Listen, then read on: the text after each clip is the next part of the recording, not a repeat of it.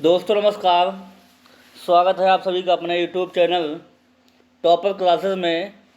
देखेंगे हम आज सीटेट दिसंबर 2024 जो आगामी प्रस्तावित है उसके अंतर्गत जो लैंग्वेज फर्स्ट हिंदी भाषा जो पूछी जाने वाली है 30 नंबर की, उसके कुछ महत्वपूर्ण सवालों को लेकर आया हूँ जो विगत वर्षों में पूछे गए हैं, आगामी परीक्षा के लिए बहुत ही महत्वपूर्ण होंगे। एक बार ज़रूर देखिएगा। कंटेंट अगर अच्छा लगे तो प्लीज़ चैनल को लाइक करिएगा, सब्सक्राइब करिएगा, दोस्तों में शेयर करिएगा। ये वो क्वेश्चन हैं जो परीक्षा में हूबहू आपको देखने को मिलेंगे। चलते हैं हम पहले क्वेश्चन पर। पहला क्वेश्चन है कि निमिष शब्द का पर्याय है। पहला है निमिष माने होता है प्रकाश, कि दूसरा होता है छिद्र, तीसरा होता है पूर्ण और चौथा होता है क्षण। तो दोस्तों बताइएगा कि निमिष शब्द का पर्याय क्या होता है। आपके सामने 4 ऑप्शन दिए गए हैं, इनमें से कौन सा ऑप्शन सही है बताइएगा। निमिष माने होता है क्षणिक या क्षण। ऑप्शन नंबर इसका चौथा सही जवाब हो जाएगा।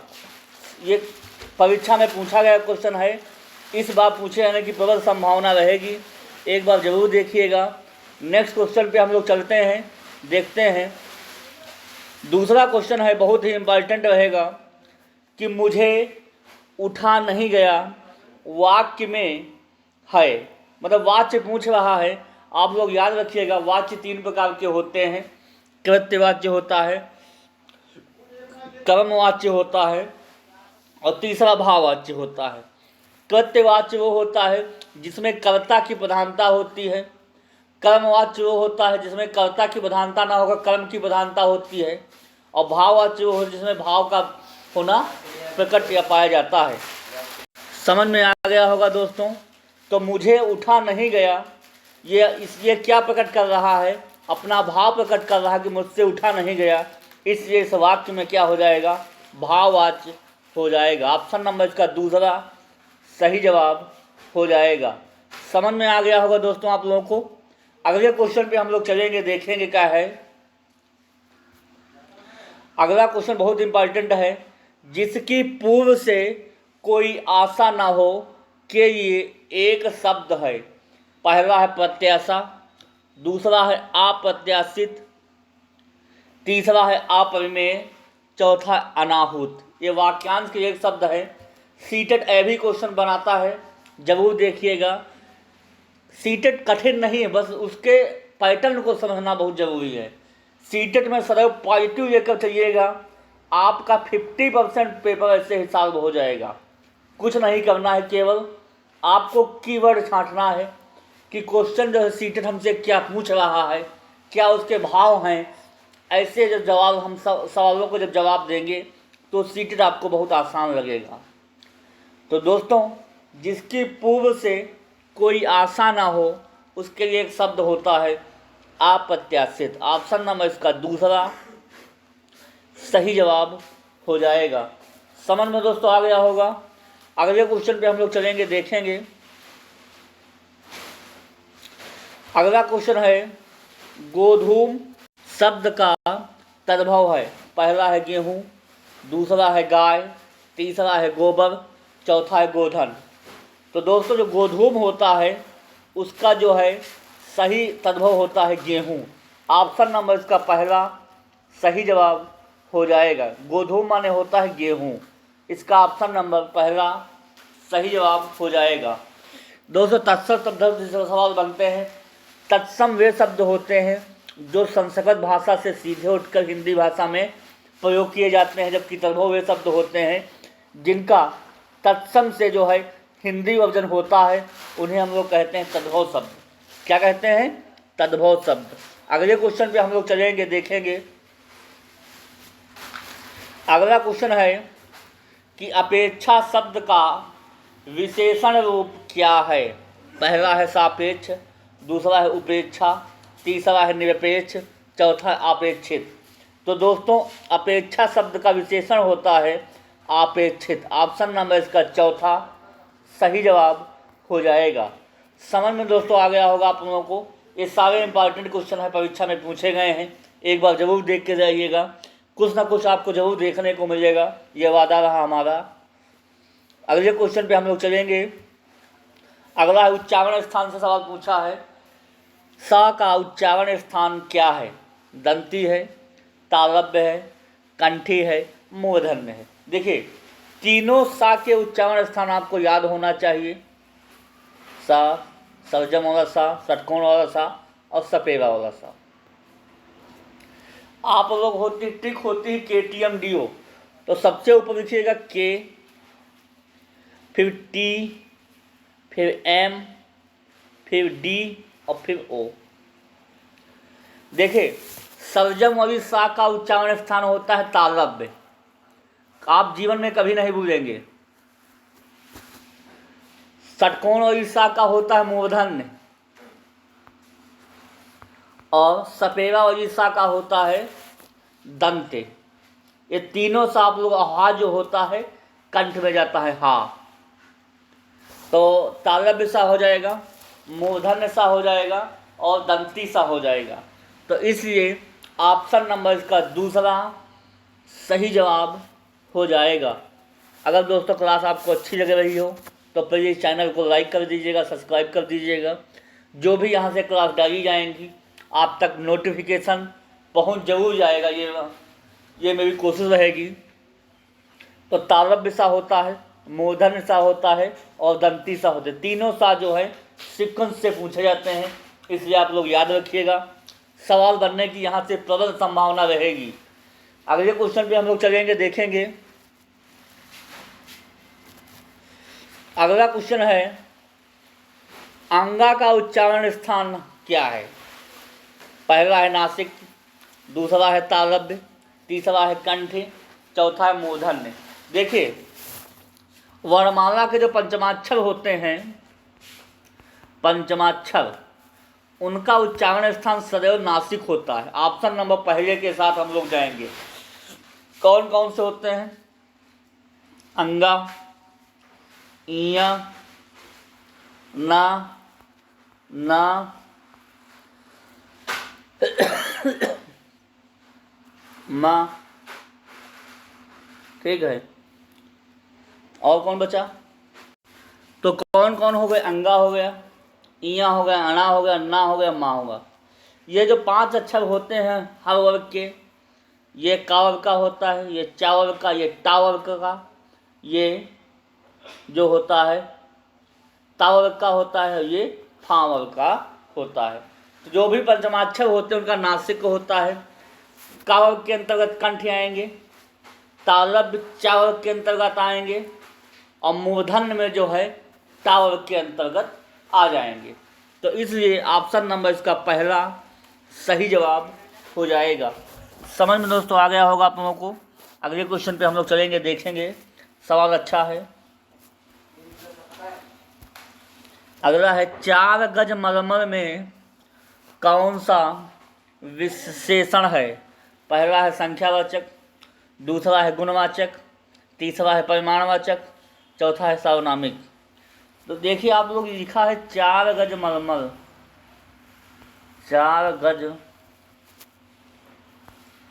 मलमल। देखिए यहाँ पर लिखा है 4 गज मलमल। संख्या सही नहीं है पूर्ण रूप से, गुण का भी नहीं है और सार्वनामिक हो नहीं सकता। यहाँ पे विशेषण उठ के आया जाएगा परिमाण बोधक, परिमाण बोधक।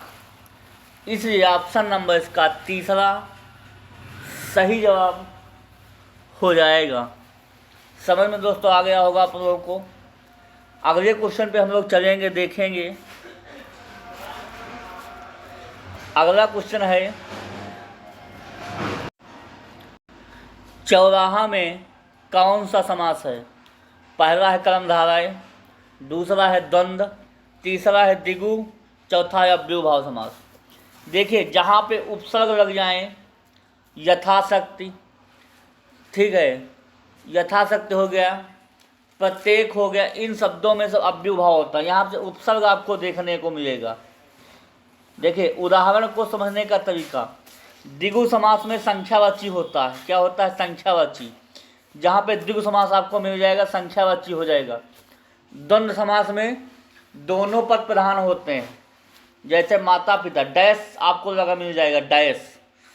और कर्मधारय में विशेषता बताई जाती है। समझ में आया? तो द्वंद्व समास का उदाहरण जैसे क्या हो जाएगा?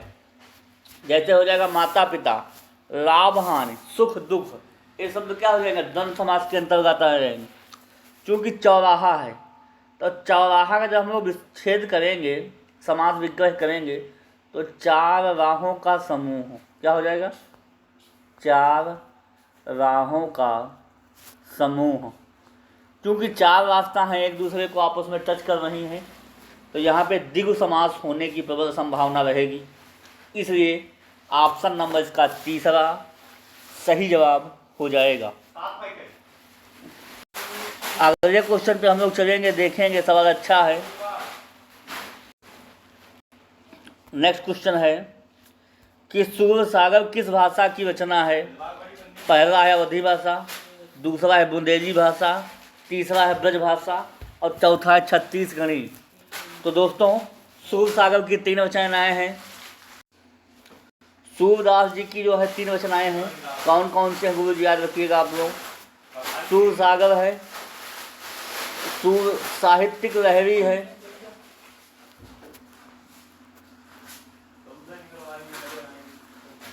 और इनकी जो भाषा है ये हो जाएगी ब्रज भाषा। ऑप्शन नंबर इसका तीसरा सही जवाब हो जाएगा।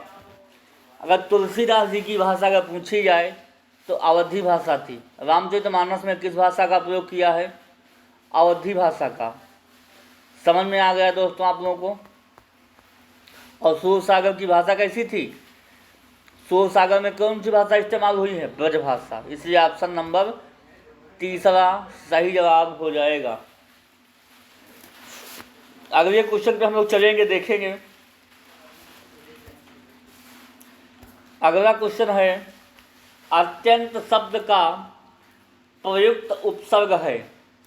पहला ऑप्शन है अति, दूसरा है अ, तीसरा है अत्य और चौथा है अति। तो दोस्तों अत्यंत का अगर हम इसको शब्द को तोड़े हो तो क्या बनेगा?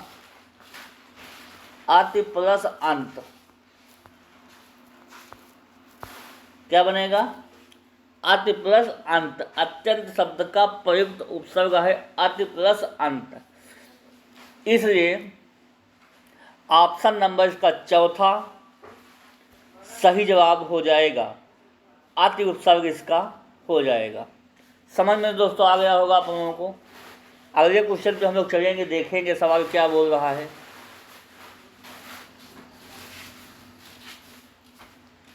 देखिए मेहनत करते रहिए, सफलता एक दिन में नहीं मिलती है, लेकिन एक न एक दिन मिल ही जाती है। ये वादा रहा हमारा।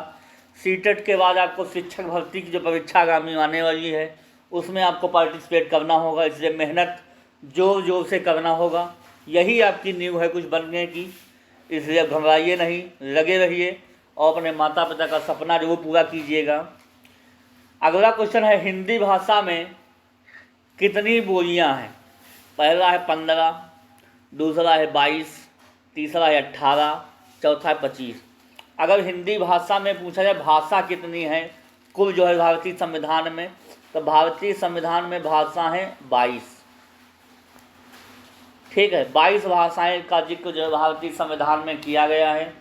जबकि हिंदी भाषा में बोलियां पूछी जाए तो 18 बोलियां हैं। इसलिए ऑप्शन नंबर इसका तीसरा सही जवाब हो जाएगा। समझ में दोस्तों आ गया होगा आप लोगों को? अगले क्वेश्चन पे अगर पूछा जाए हिंदी दिवस कब मनाया जाता है, तो 14 सितंबर को जो है हिंदी दिवस मनाया जाता है। 343 से 351 के मध्य जो है हिंदी भाषा को दर्जा प्राप्त हो। भारतीय संविधान में अगर पूछा जाए 8वीं अनुसूची में भाषा का जिक्र किया गया है। कौन सी सूची है? 8वीं अनुसूची। अगले क्वेश्चन पे हम लोग चलेंगे, देखेंगे।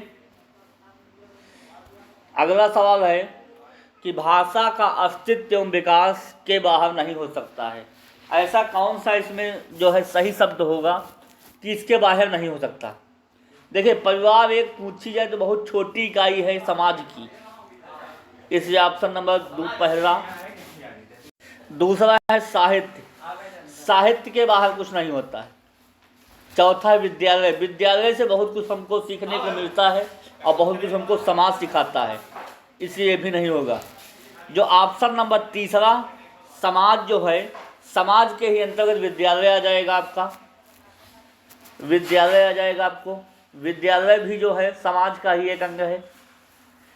आपका परिवार आ जाएगा, आपके पास पड़ोस और रिश्तेदार आ जाएंगे, आपके पास पड़ोस और रिश्तेदार भी समाज के ही आ जाएंगे। समझ में आ गया? तो भाषा का जो अस्तित्व एवं विकास है समाज से बाहर नहीं हो सकता, इसलिए ऑप्शन नंबर तीसरा इसका सही जवाब हो जाएगा। ये भी सवाल बहुत इंपॉर्टेंट रहेंगे, सीटेट का काफ़ी बार सवाल इनसे पूछा है। अगला क्वेश्चन है, बच्चों के भाषाई विकास में समाज की महत्वपूर्ण भूमिका होती है, यह विचार किसका है? पहला है जीन पियाजे, दूसरा है स्किनर, तीसरा है चॉम्स्की, चौथा है वाइगोत्स्की। अगर पूछा जाए कि भाषा का सिद्धांत किसने दिया है तो आप लोग चॉम्स्की जी को याद रखिएगा, सवाल काफ़ी बार बना है। भाषा का सिद्धांत चॉम्स्की जी ने दिया है।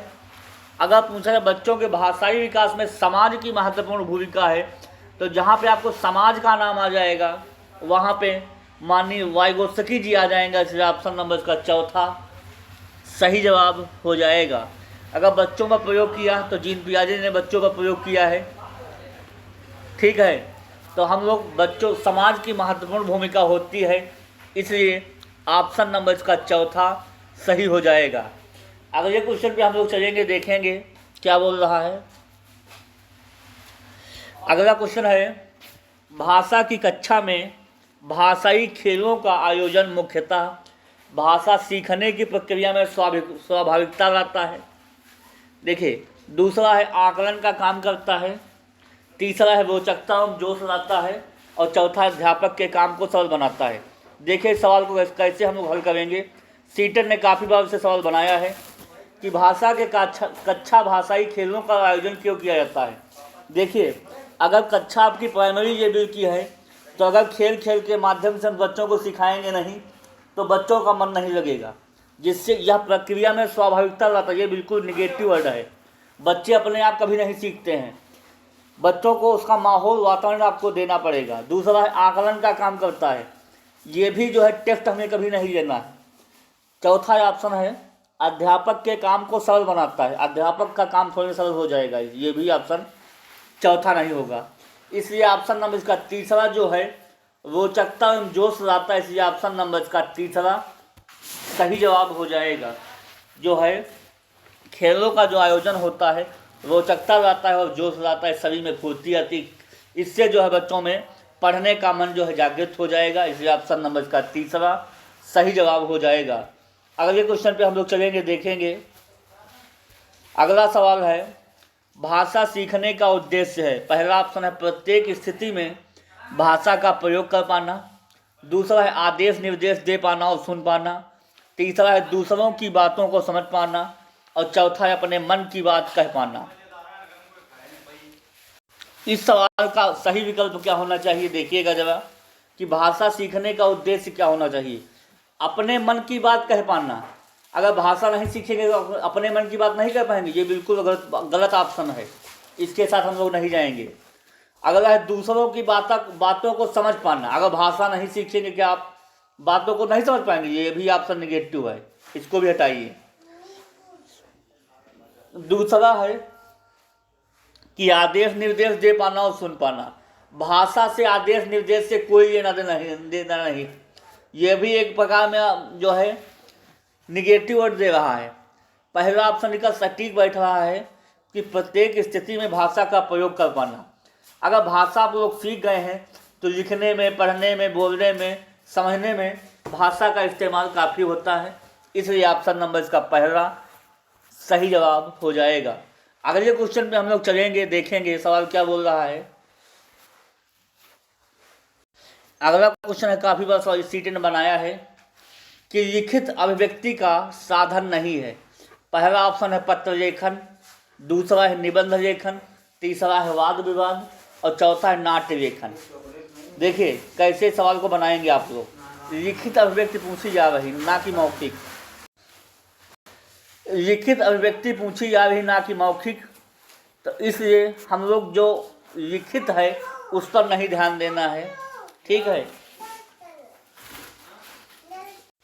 तो देखिए पत्र लेखन एक प्रकार की लिखित अभिव्यक्ति से ये ऑप्शन नहीं होना चाहिए। निबंध भी हम लोग लिखते हैं, ये भी एक प्रकार की लिखित अभिव्यक्ति है, इसलिए ऑप्शन नंबर दूसरा भी नहीं होना चाहिए।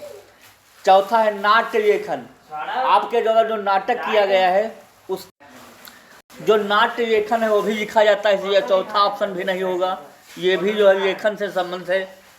ऑप्शन नंबर इसका तीसरा जो है वाद विवाद जो है वो कंपटीशन जो है वाद विवाद, इसलिए ऑप्शन नंबर इसका तीसरा सही जवाब हो जाएगा। इसमें जो मौखिक भाषा का इस्तेमाल होता है, इसलिए ऑप्शन नंबर इसका तीसरा सही जवाब हो जाएगा। अगले क्वेश्चन पे हम लोग चलेंगे, देखेंगे। अगला है वस्तुनिष्ठ प्रश्नों की उपयोगिता का प्रमुख कारण है। पहला है रटाई से मुक्ति, दूसरा है पाठ्यक्रम व्याप्त, तीसरा है निष्पक्ष मूल्यांकन और चौथा है विद्यार्थियों का हित। देखिए अगर परीक्षा में ऑब्जेक्टिव क्वेश्चन बनाए जा रहे हैं तो क्या इसमें लाभ है, आयोग को क्या लाभ है, क्या लाभ है बच्चों को, क्या लाभ है। देखिए रटाई से मुक्ति, देखिए ऑब्जेक्टिव प्रश्न का रटाई से कोई लेना देना नहीं, इसलिए ऑप्शन हटाइए इसको।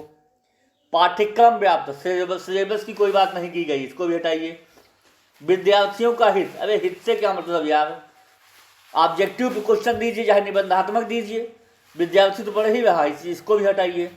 ऑप्शन नंबर इसका तीसरा जो निष्पक्ष मूल्यांकन ये होता है कि अगर कमजोर बच्चा है या तेज बच्चा है, विकल्पीय जब प्रश्न पूछे जाएंगे तो सबका मूल्यांकन एक समान होगा, सबका मूल्यांकन एक समान होगा, इसमें किसी के साथ कोई भेदभाव नहीं होगा।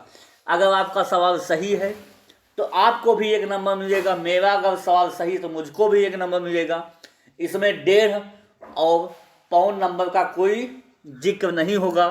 इसलिए ये जो है वस्तुनिष्ठ प्रश्न जो कंपटीशन एग्जाम होते हैं इसी बेस्ड पे होते हैं, किसी के साथ, किसी बच्चा के साथ, किसी कंपटीटर के पास निष्पक्ष मूल्यांकन हो, उसके साथ कोई प्रकार का भेदभाव ना हो, ना नंबरों का चढ़ाव उतार होना चाहिए। इसलिए जो है परीक्षाएं विकल्पीय होती हैं। समझ में आ गया दोस्तों।